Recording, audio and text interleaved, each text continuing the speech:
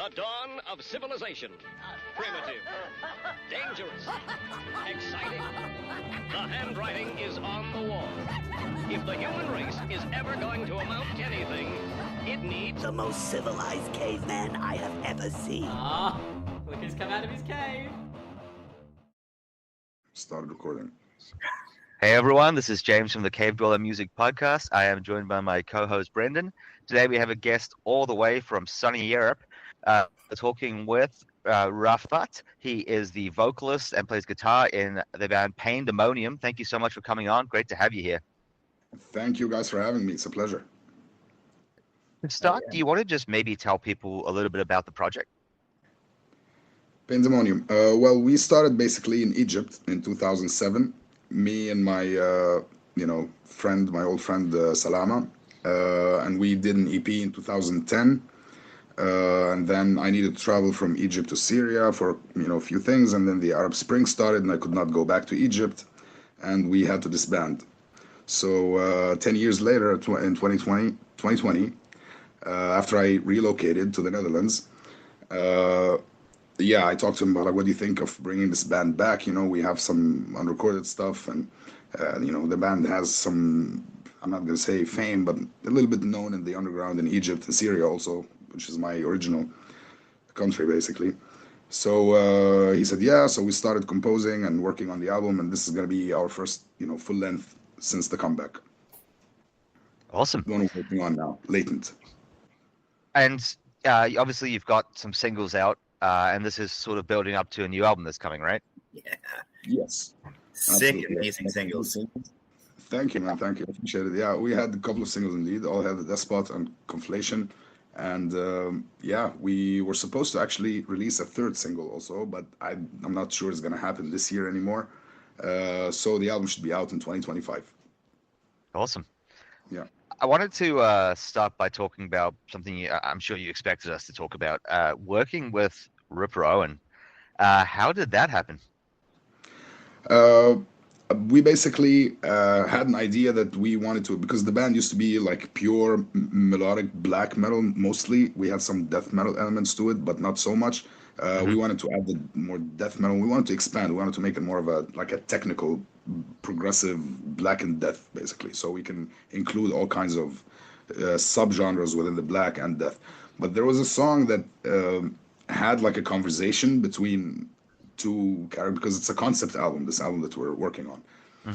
So yeah, it's a concept album. So this part of the story, there's a conversation between a man and his conscience, right?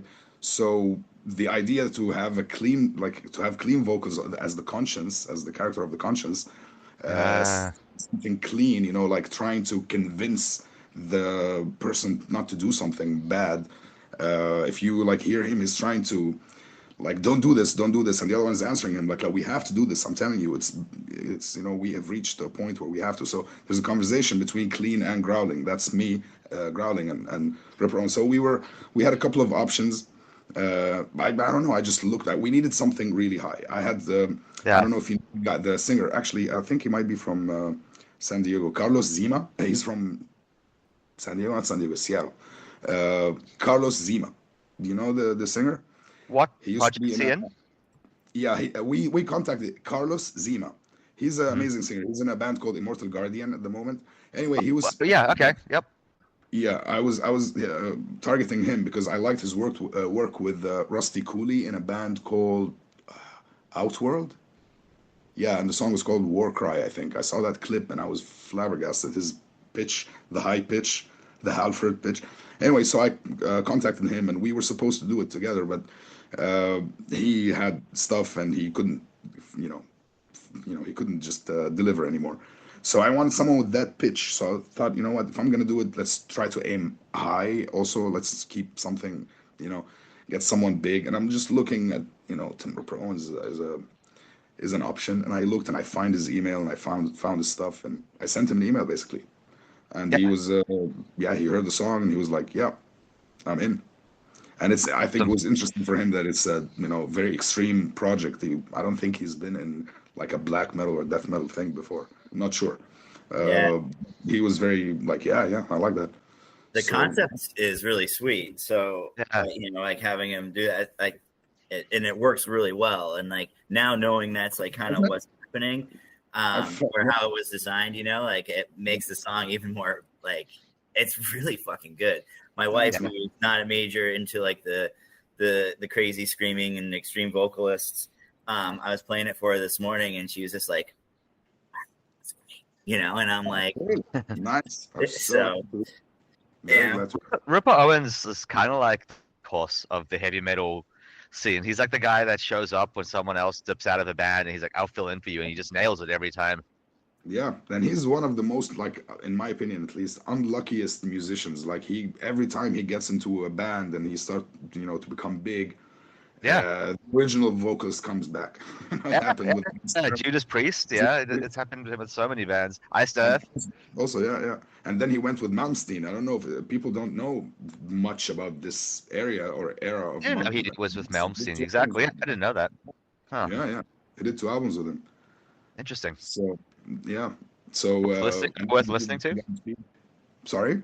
Are they worth listening to? Say again? Oh, are those 2 albums worth listening to? Oh, yeah. Really good stuff. Yeah. What were they called? I think Fury something, Infernal Fury or something like that was one of them. And I forgot the other one. But yeah, he played on 2 albums, definitely in the early 2000s, if I'm not mistaken. After he I have left, to check that out. Yeah. I like Malmsteen, but until that point, he was really good. After that, I think he became boring. Yeah. But with Owens, with Ripper Owens, he was really good. Those 2 albums are I really can good. imagine. Yeah, he kind of like tailors his delivery to whoever he's playing with, which is what makes him such a good vocalist, I think. Yeah, indeed. In Beyond Fear, also, he has a different approach, I think, to singing. He's more like a Primal Fear. You know the band Primal Fear? Oh, Primal Fear, yeah, they're great. Great band. Yeah. It's more like that. It's heavy, you know, heavy basically. And, you know, like, I think it's kind of like the Demolition Jugular Judas Priest era also. The Beyond Fear, in my opinion. Which I liked. I like those. I like Jugular especially. It's really a good album, in my opinion. That's good. People hate on this. Demolition maybe not so much, but Jugular was a fucking beast. There's a couple of songs I really like. It was like Timothy Lee Amar, the guy who was the vocalist for Pharaoh, who also was did Control Denied. Like his delivery between Control Denied versus Pharaoh is completely different, and they were both great. But I didn't know he died last year. Yeah, he did. Tim Imar, yeah. That's a shame. They did have a great voice. Mm-hmm. But indeed, different approach. Absolutely different approach. So with the new album, is there a label you're working with to put that one out, or have you not gotten to that stage yet? No, we didn't get to that stage yet. We did the singles, and we have to finish the whole mixing and mastering so we could send the album to the labels to listen to. So, but I have done this process with Anomic when we finished the EP. So I've spent like 3 weeks or something studying all the labels on the fucking planet, and I have all their contacts and everything, and like categories and stuff. And I just made sure that I have everything in order, and I have all the emails. So I sent to hundreds of labels. So now it's kind of, I know what to do for this one. Yeah. Do you want to tell us a bit about Anomic? Sure, yeah. It's like a thrash death metal band that I started in August 2023. And it was right after I left the German thrash band that I was with, War Agenda at the time. Yeah, I did like quickly, I just composed and recorded 3 songs, wrote everything for them, solos and stuff. And I, talked to a friend, the guy who's mixing and mastering Paindemonium, Fadi. He's a multi-instrumentalist. He plays bass, guitar, drums, and produces. So I told him, do you want to, produce this one? He said, yeah, absolutely. So I told him, and there's vacancy for a bassist or something. You want to be part of this? He said, yeah, I could play bass. And I told him, if you want to be a second singer also, that could work. I'm singing the high, shrieky stuff. You could do growling if you want. And we started the band, did the EP. And I have like enough material also for the next album. But I wanted to start with, because I composed some stuff with War Agenda actually at the time. So I took those with me. But I didn't want to ruin that album theme basically that I was working on. So I composed those 3 songs, and we called the EP Opacity. and it's out now. It's on all our socials, all our platforms, and we signed with Wormhole Death Records, the Italian label, for this EP basically, and the next album, which should be out in 2025 as well. Yeah. I remember Wormhole Death. We used to get promos from all the time. Are they still operating? Oh yeah. They are getting really big actually now. They're getting bigger and bigger. This label, yeah, they have Some great stuff 200 on their bands. label. And they're so diverse also. They have from like rock and goth and power and heavy and death and black, all kinds of stuff. They have 200 bands or something signed to them now. Yeah. Yeah. If you go on I archives, you remember will see. seeing all that. They do a lot of gothic stuff like that, symphonic gothic type stuff. Yeah. Yes, they do all kinds of stuff indeed. And the team is really cool. Also, the people who work with him and with Carlo, really amazing people, friendly people. Awesome. Definitely really neat. So that's a journey. Yeah. Definitely. Yeah. I'm just keep pushing. For me, I originally come from Syria and Egypt, so we never had at the time. You just like I told you, before we started recording, that we played shows and stuff like that. But it was like this is hopeless. This is the ceiling. That's the extent of what you would ever do. There are no labels, no magazines, no. It's not even allowed to play. Like every time you play on stage or do a show or something, that next morning or 2 days late after the fucking cops will be knocking on your door, and it happened, to go to prison just because you listen to this kind of music. Wow. So we know that That's was really, really, really wild to me. You know what I mean? Yeah. Like, It's crazy. It's crazy. Yeah. It's weird, alien, to our culture. They've never seen anything like this. Although it's not a religious only reason. In Syria, it's not a religious country. People don't know that, but Syria is a secular country. It's a republic, so it's not a religiously driven or motivated country at all. But the culture, there's of course religious people in it, and you look weird to them. But it's Right. mostly the government is not religious. The government is very secular. It's a known secular because they're friends with Russia. This is the kind of mindset you need to understand. It's not like Iran or something. Like you have alcohol, you have women without veil, stuff like that. It's an open country. Also Egypt, it's a little more religious than Syria, but still the same. It's republic. So at the time you would play shows and stuff, but you know that this is what you could do, and you have to face the consequences of this show too. So yeah, I mean, to think that you would play and record and have like a label or something like this was just a fantasy. So now it's really good to have the opportunity to make it happen. This answer was so fucking long, you can cut from it. It's really long, unnecessary. No, you're good, man. I think that it's definitely different from like, I don't know where in America, right? Or in Canada or anywhere where there's like, you can say what you want, you can record what you want, and there's no consequences. So like finding the time to really, play music like that, and then also like, knowing the consequences of like, I might go to jail for this, like, you know what I mean? Like Dedication. it's fucking pretty brutal, dude.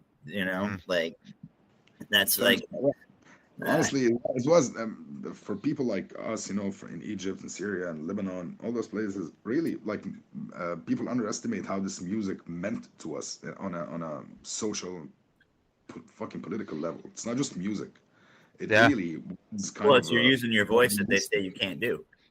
Sorry? I've noticed Yeah. it's kind of the same in South America. Like you would look at like early Sepultura Yes. and stuff. That was very politically motivated. Absolutely, 100%. I have a Brazilian friend here in Amsterdam, very close. We go to festivals together. We have so much shit in common. It's crazy. The bands and the message and all this from me and him, and we just talk for hours, like how what song meant to him and why and all these things in Sepultura and what they meant to me also as a kid, So it's just like, yeah, indeed, it's kind of like that. It's the South, the oppressed South. Global South. Yeah, I think that's that album. I think a lot of people connected to that album Roots that they did for that exact Yeah. reason. Because Chaos well, AD that was maybe the one before it. Sorry, not Roots. Chaos, What's the one before Roots? Chaos AD. Chaos AD was more, yeah. Chaos Especially AD when was they the one. filmed themselves with the Palestinians and the tents and stuff like that, drinking Yeah, tea with them. yeah, That that's the album. created Sorry, so much that was super of politically charged, and it has that song. Is it Rise Resist? Refuse Resist, yeah. Refuse Resist. That's it. Yeah, yeah, that song's super political. Absolutely. Absolutely. But the second song, Territory, that's the one that had a clip and they were in the tents with, like Bedouin people drinking tea with them and stuff like that. The Arab culture, and there's, Arabic writing on the walls and stuff like that. So That's it right. immediately clicked with everyone in Syria and Egypt or the whole Middle East. That Yeah. became like an anthem in a way. We noticed, like, going to Maryland Death Fest, as we were talking about earlier, every time there's a massive group of Central and South Americans. And those dudes, they live it, man. It's not Yeah. just like a hobby for them. They live that lifestyle. Like, all of them have like hair down to their butts. They got all in like the full leather outfits with the back patches. Yeah, they're in the pit the entire time, every time, like just nonstop. That's like it's different for them. They live that stuff. I'm 42. I'm gonna be 43 next year. In a couple of months, I still mosh until now. That's great. Fucking show, crowd surf, mosh, everything.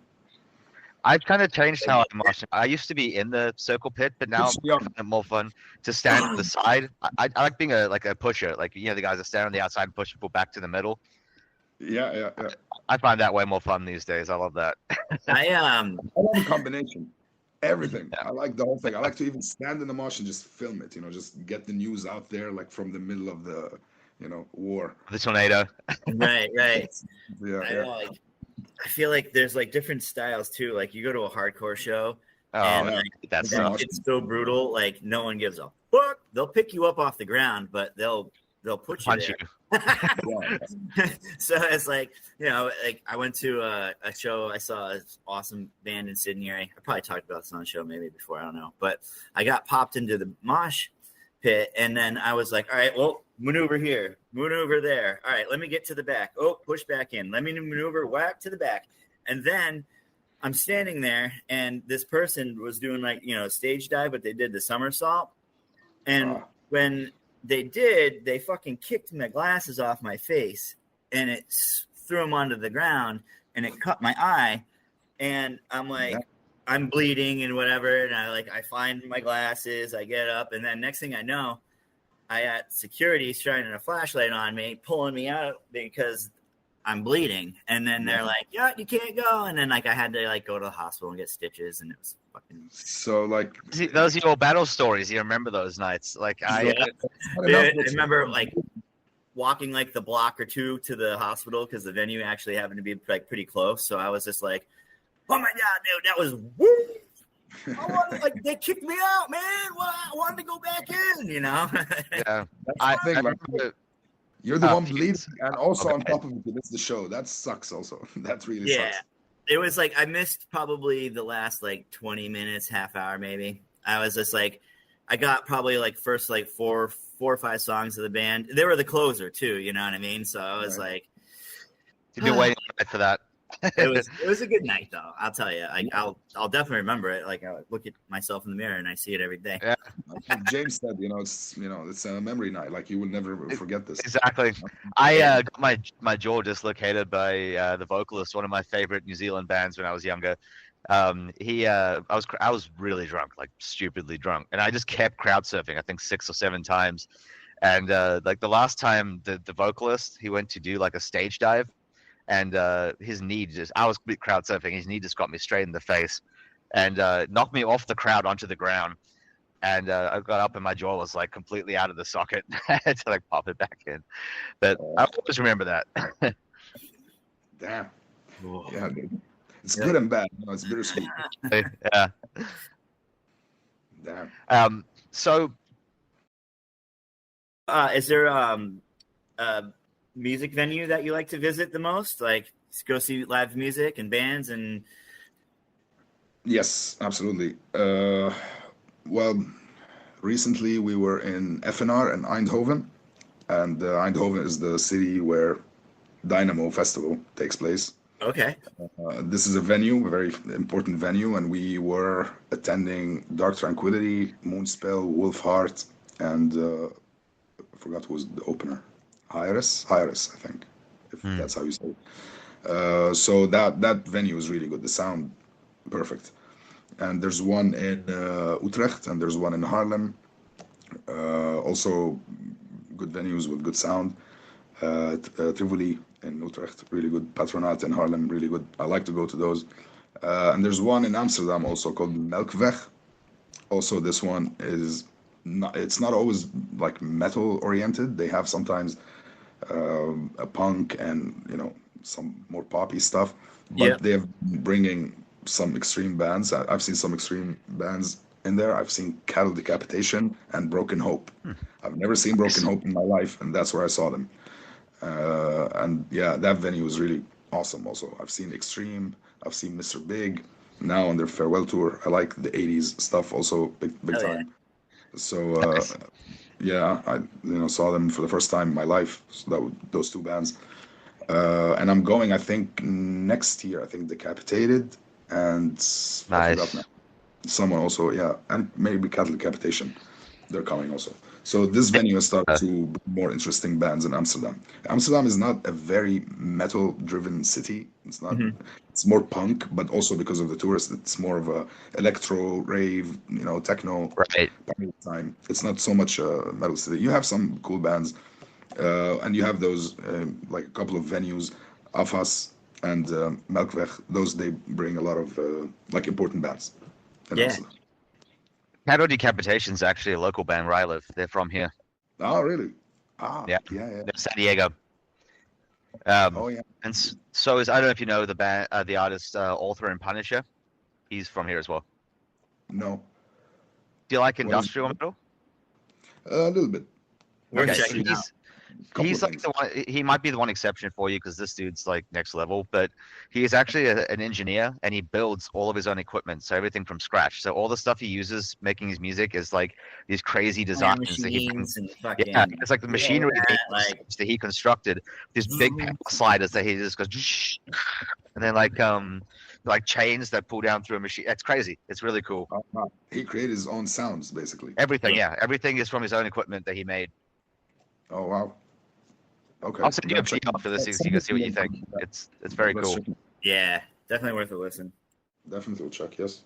Yeah, What's he got his name? super unlucky. We had Author and Punisher. Author and Punisher.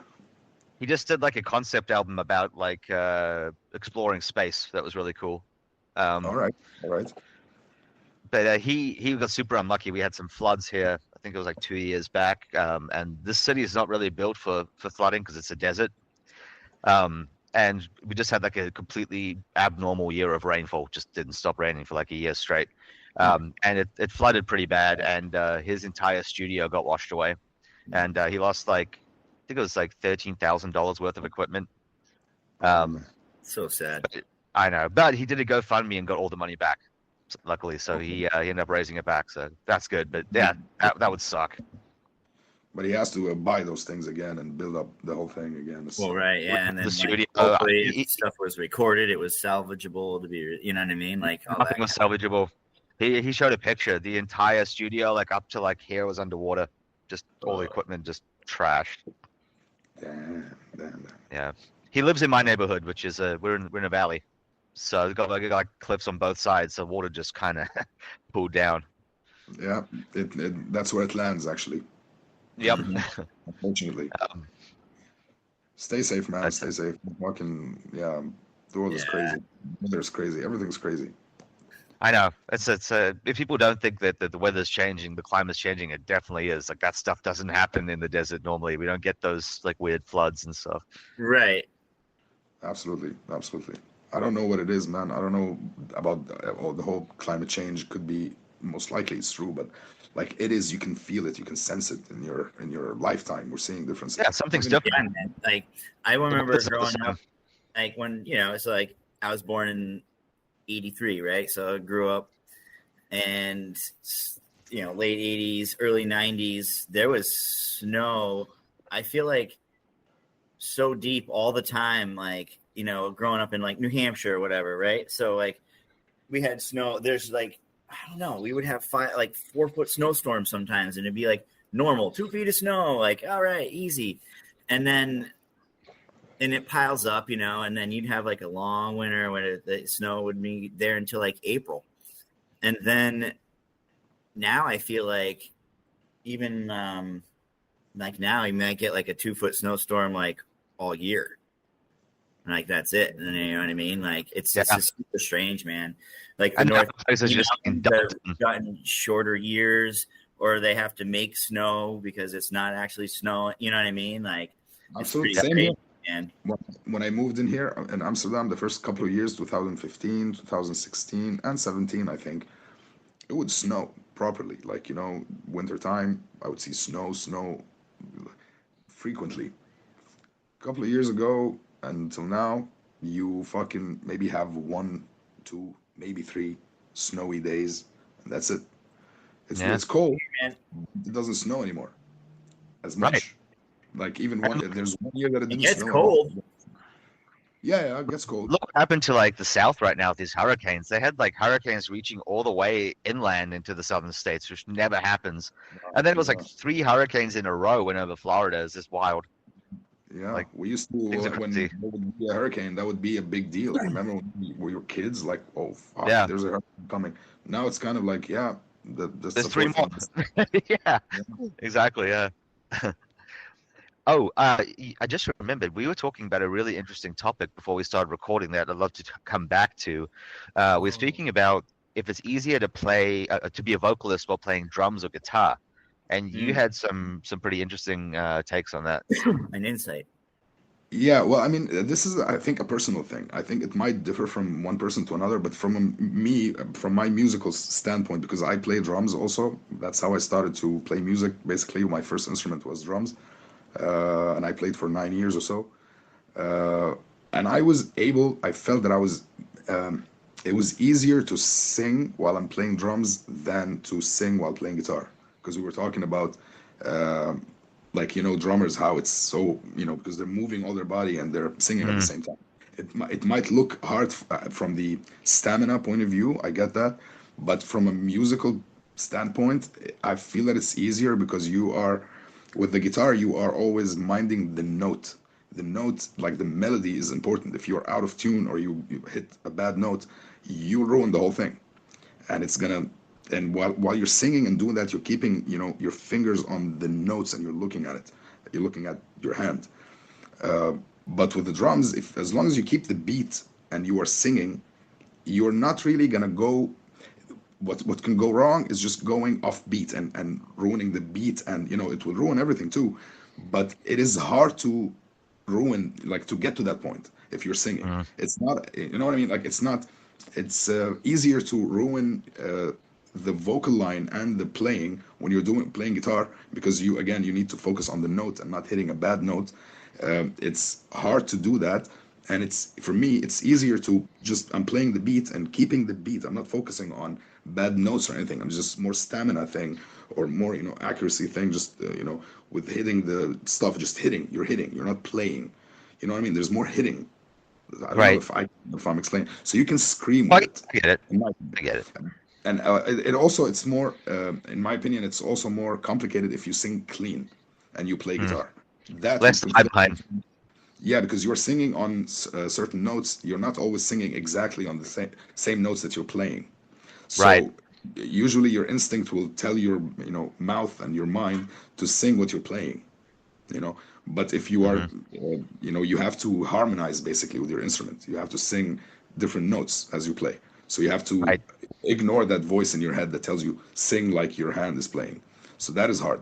But with the beat, you don't have notes, you have beat. You're keeping the beat. So that if you keep that, you can sing anything, up, down, anything you want.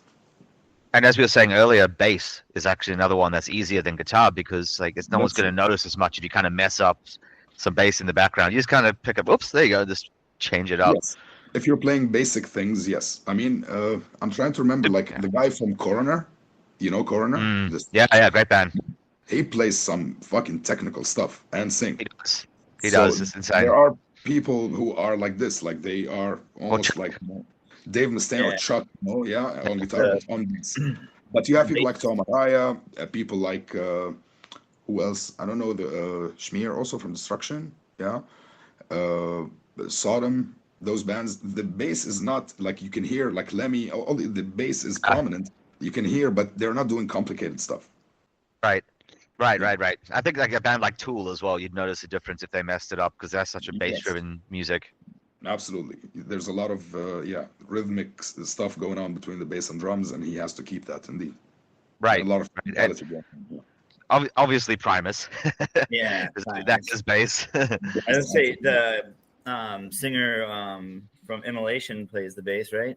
Oh, that's a great example. Yes, that's some technical stuff, and he can sing. That's. I mean, I've never, to be honest, blew me away when I saw him. I was just like, he's the Les Claypool of death metal. It's fucking like, what is this? It's true. Yeah, they might be one of the most technical bands with the singer who plays bass, indeed, that I can think of at the moment. And it's interesting because I don't think Ross was the vocalist, Ross Dolan. I've never seen like a video of him alone just playing bass to see how good he is at bass. That's true. He just kind of just is in the band. Yes, exactly. He's a singer, bassist. They play complicated shit. So if he's keeping time, it's not like frontman status kind of shit. You know what I mean? Like yes, exactly. Do you remember Brendan seeing them live and how aggressive their guitarist was? With he's beating the hell out of his guitar. Bob, the skinhead dude. Yeah, exactly him. Yeah, he was like hitting it with like every time he hit something heavy, the whole guitar would like fly forward. Yeah, and you're just like, wow, holy moly! Like I wouldn't want to be behind him.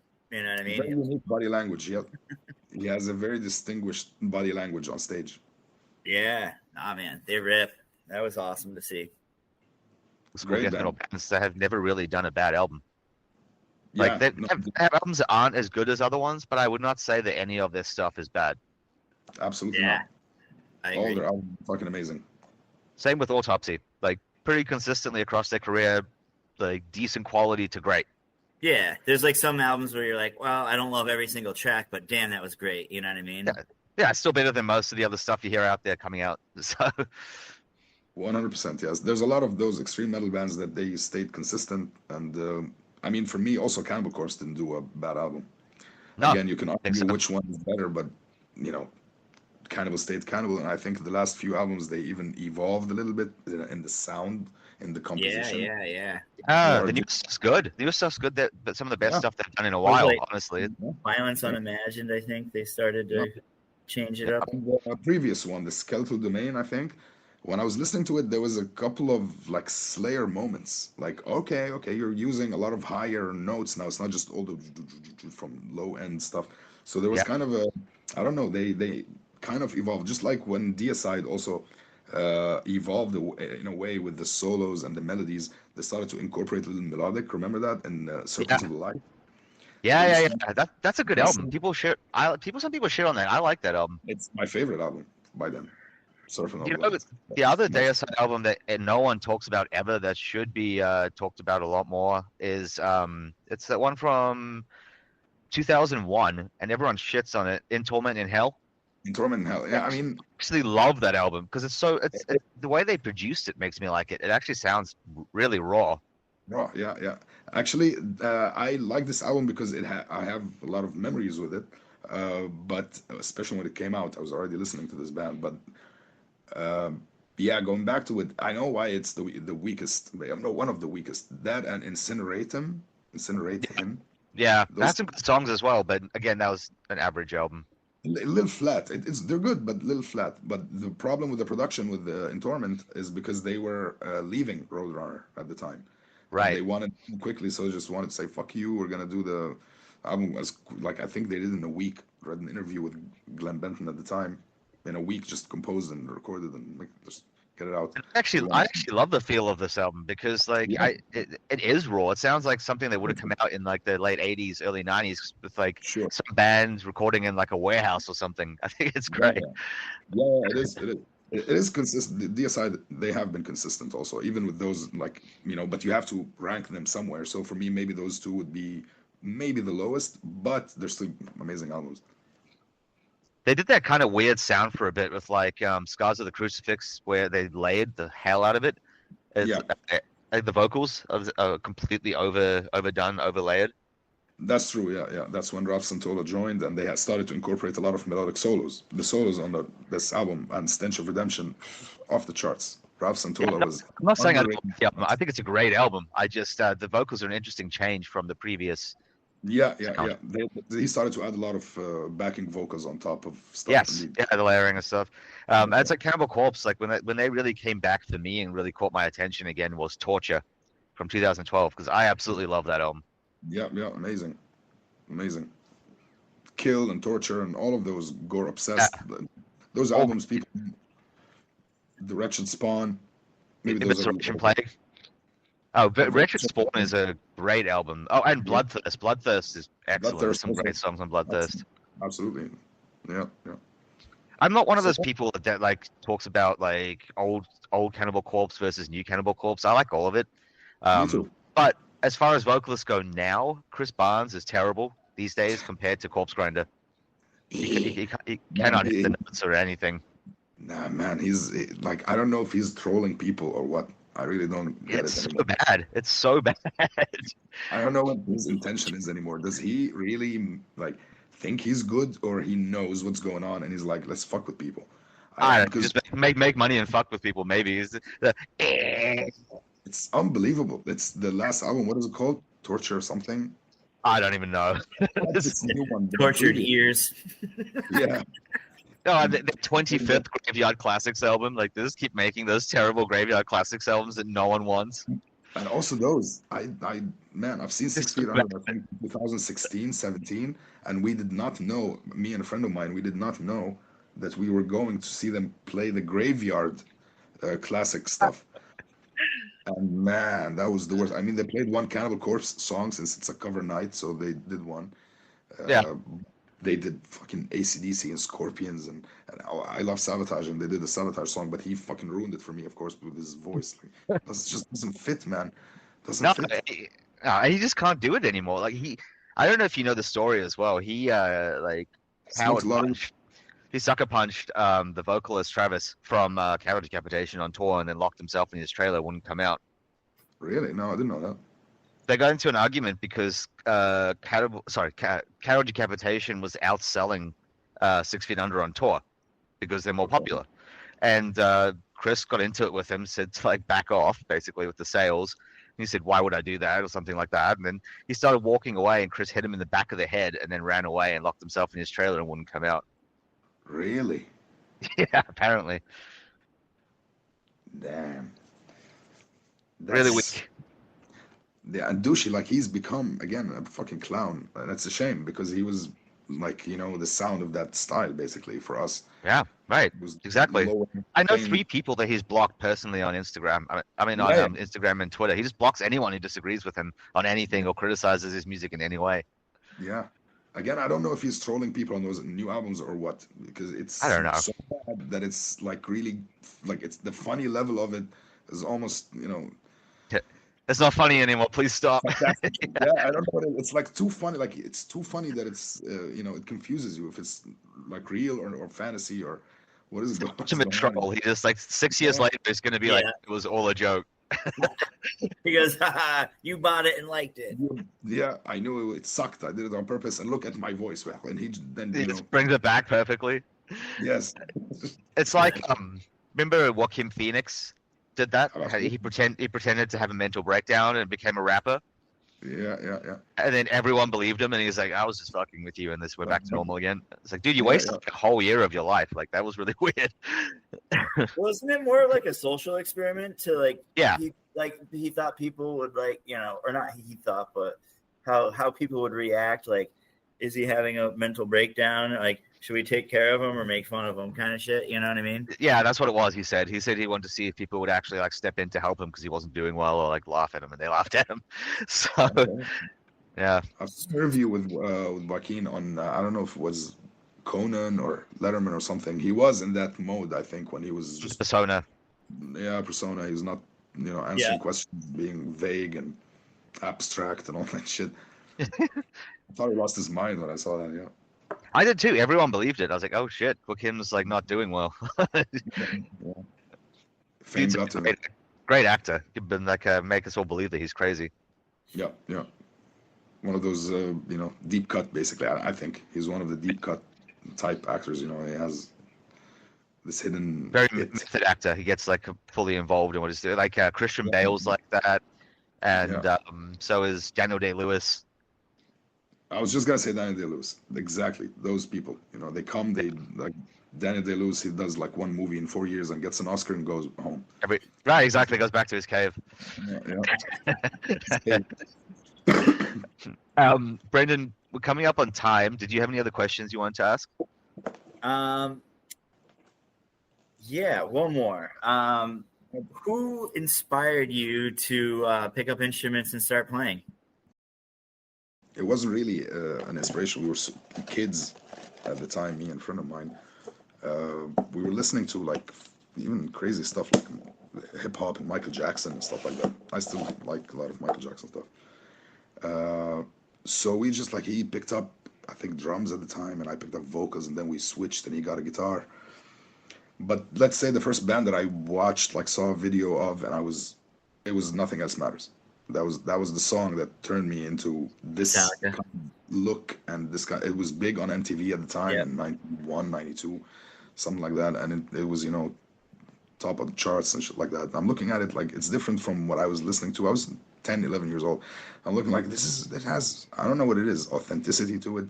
The guys are just standing in the studio, and so I still remember this scene when Kirk Hammett gives like money to the homeless dude. I'm like, man, so different from the other ones that are jumping on cars so yeah, that for me gave me that. I love the look, I love the content, I like the stripped down, in the studio. The clip is very basic, if you remember, like it's them doing. So that was also my entrance to the band, so I could tolerate the heavier stuff. And yeah, I got the tape from someone, I forgot how now, and then I listened, and I was just, the Black Album basically was my true entry to this heavy music. To pick up an instrument, it happened as we went along with those, discovering new bands. Like I discovered Nirvana at the same time, discovered Megadeth, discovered by the way, in this time I lived in Saudi Arabia. Imagine, in the 90s when I was in school, we lived in Saudi Arabia because my dad was an engineer, he worked there, so we all moved to Saudi Arabia for 9 years until I finished high school, then went to Egypt. So in that time in Saudi Arabia, you'd get they had a lot of Westerns, because the Gulf War had started there, and then they had a lot of American bases, military bases, so they had a lot of Americans coming to live in Saudi Arabia and in all of the East and West and stuff like that, working. So you had to open up Saudi Arabia at the time was today's Dubai, believe it or not.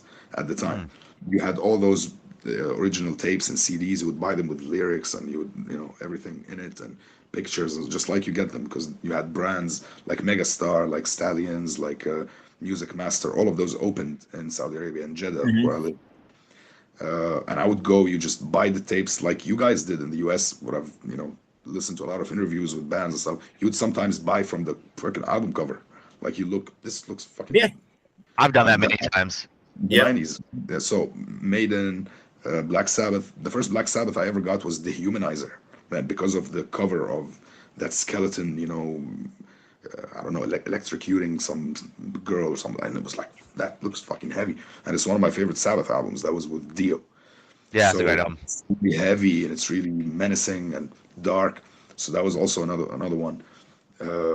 Yeah, and then we started seeing clips of people playing drums, and I'm like, dude, I wanna do that. So it just progressed. I cannot tell you an exact moment in time when I was like, I'm gonna pick up the instrument and play. We just were into music, me and friends of mine, my neighbors who lived in this area.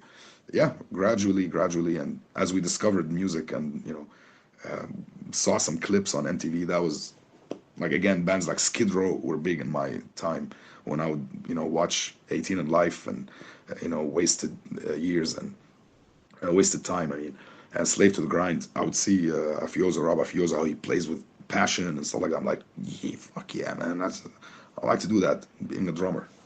So yeah. Even Lars was a big inspiration for me. Imagine that. I hate him now, honestly. I don't not hate him, but I hate his playing now. He's not. He isn't who he was though. He's not the Yeah. guy he used to be. No, he's very tame, very monotonous. So, but Yeah. when I live shit, the San Diego and Seattle ones, those were on a different level for me. Seeing Lars, how he's headbanging and just screaming and standing up and barfing at people and stuff. I'm like, man, that's badass to do that behind the kit, and he's sweating his ass off. Like, that's the personality that I want to be when I become a drummer. Yeah. No. He used to be so passionate back in the day, but I think he just kind of checked out a while ago. Absolutely. I Just think so making too. money at this point. Yeah. It's just to keep the band going, keep the brand going. Yeah. Exactly. Remember that interview? I can't remember who said it. I think it might have been James, where they like, is Lars the best drummer in the world? And he said like, Lars isn't even the best drummer in Metallica. The band. Yeah. yes. It's true because James plays drums also. Yeah. Yep. Yeah.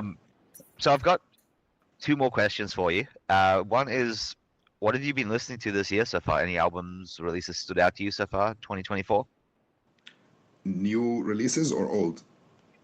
Oh, it doesn't matter. Like, whatever you've been listening to this year. 1 second.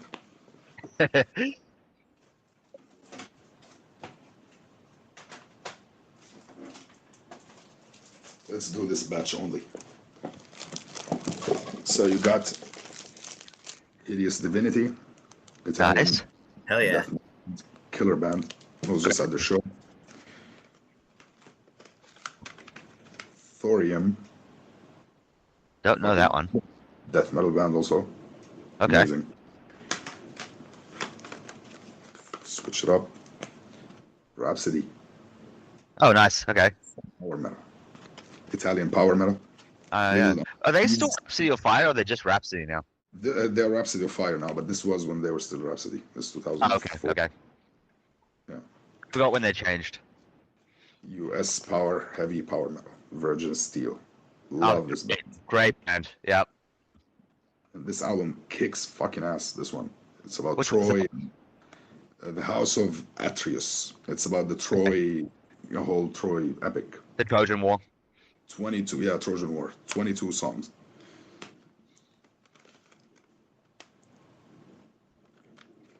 This one, Creator.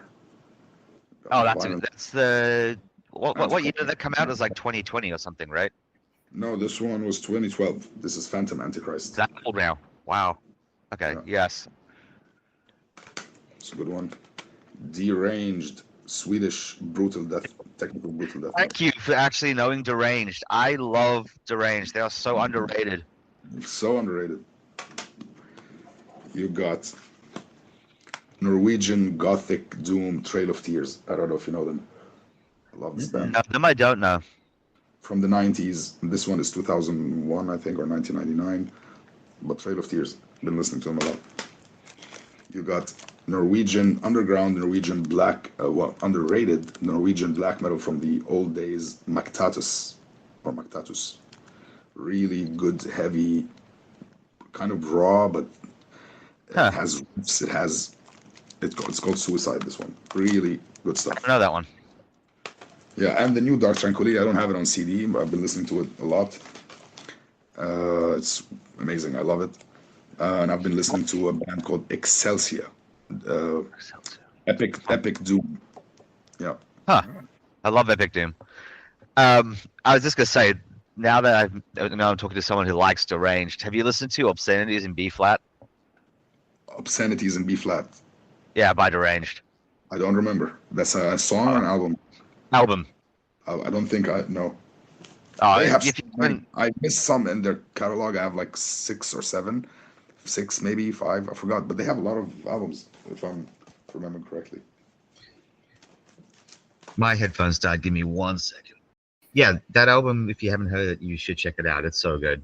How many albums do they have? They've got, let's see, I've got them on Metal here. 1, 2, 3, 4, 5, 6, 7, 8, 9, 10. Yeah. I missed a few. I think 5, something like this. So this one, no, I have not heard yet. What year It was was that? from 2006. Okay, I'll check it out. But it's a It's just got consistent some band. It's songs one of that those are bands. always stuck in my head, like perpetually stuck in All my right. head. All right. Yeah, it's one of those consistent bands too. You know, they never strayed from the path. Some albums No, better than they're great. yeah. Consistently from start to finish, just a solid band. So the last question's a Go little ahead. similar to this, but a little more complicated. I'm going to put you on the spot slightly. If you were stuck on a desert island and you had a solar-powered Discman, so you could keep listening to music over and over, but only 3 CDs to listen to on repeat until you got rescued, what would you want to have? 3 CDs, like 3 albums. Yeah. All right. Well, I'll go with my like I know because I'm one of those nerds. You know, I have my favorite blah blah, my favorite blah blah, guitar solo, guitarist, vocalist from Extreme, Clean, all this stuff. So my favorite album of all time, which I cannot live without, is Dark Tranquillity's The Mind's Eye. That album has been my favorite since 1998. It's never gonna change. Nothing's gonna top that. So that would definitely be on the fucking list. The second album would be my second favorite album is Rust in Peace. And Okay. Great album. maybe I'm a little bit tired of it because like I really listen to it. I know it note by note, drums, guitars, vocals, everything. So, but I would still choose it. And the third one is always a problem because there's so many to put number 3. So I always have those two.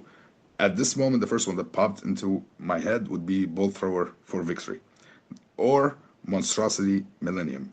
Those two. Okay. Yeah, that Bolt Thrower album's really good.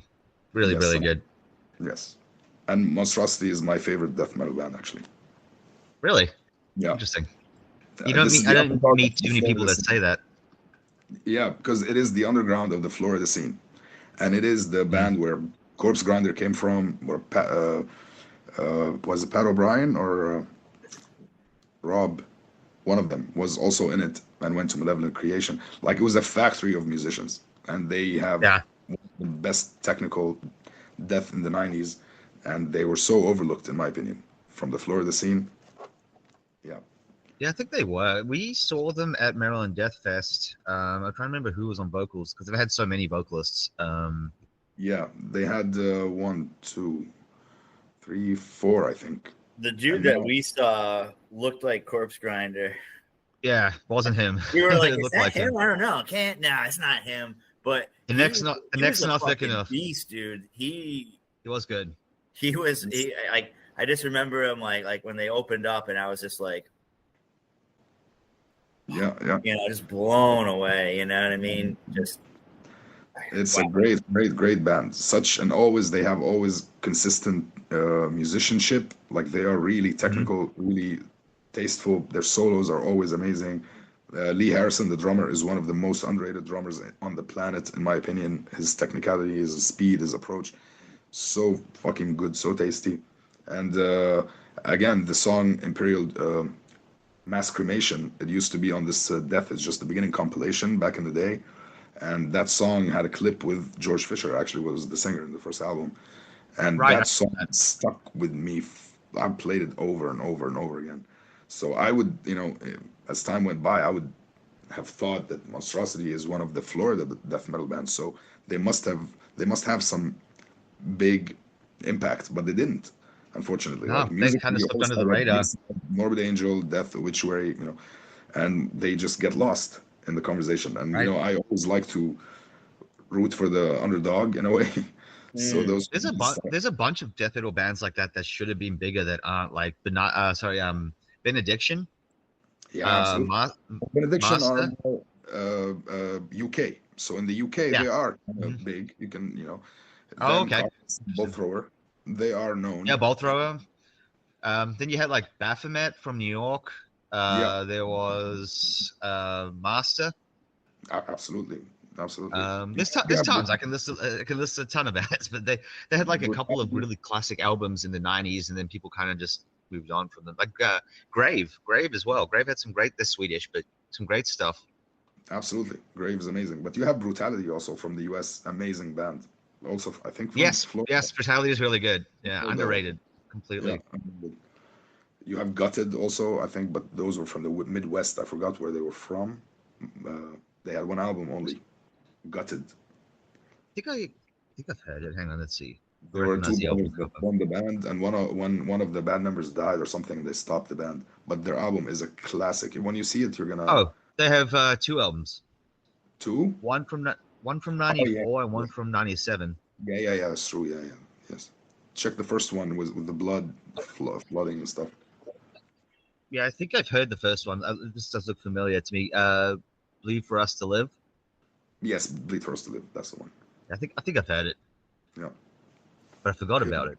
Groove and technical and everything. Cool. Well, but before we finish, I'll choose Bolt Thrower, just for for now the first one that popped in my head. solid choice. So before we finish up, I just wanted to ask if people want to listen to your music, support the band by buying merch, anything like that. What's the best place to do that? I mean, we are on Bandcamp, we are on YouTube, we're on Insta, we're on Facebook. The CD, Anomic CD, is gonna be reissued by Wormhole Death and on November 22nd. It will be available digitally, and you can stream it and stuff. We will have t-shirts coming. Paindemonium, we have actually t-shirts at the moment on band. We didn't put it on Bandcamp, but you can contact the band, and we have some left. And the album will be next year, will be published hopefully by a label. We'll see, but it will be on physical and digital. And Anomic, the new album, will also be physical and digital. Great. And then as far as like keeping up with the band, what's the best social platforms to follow you on? Well, for now, probably YouTube, Facebook, and Insta. Okay. And of course, if you want to buy stuff on Bandcamp, that would be cool also. Yeah. Awesome. Well, thank you so much for coming on the show. It's been awesome chatting to you. Absolutely. Yeah. You're always welcome back anytime.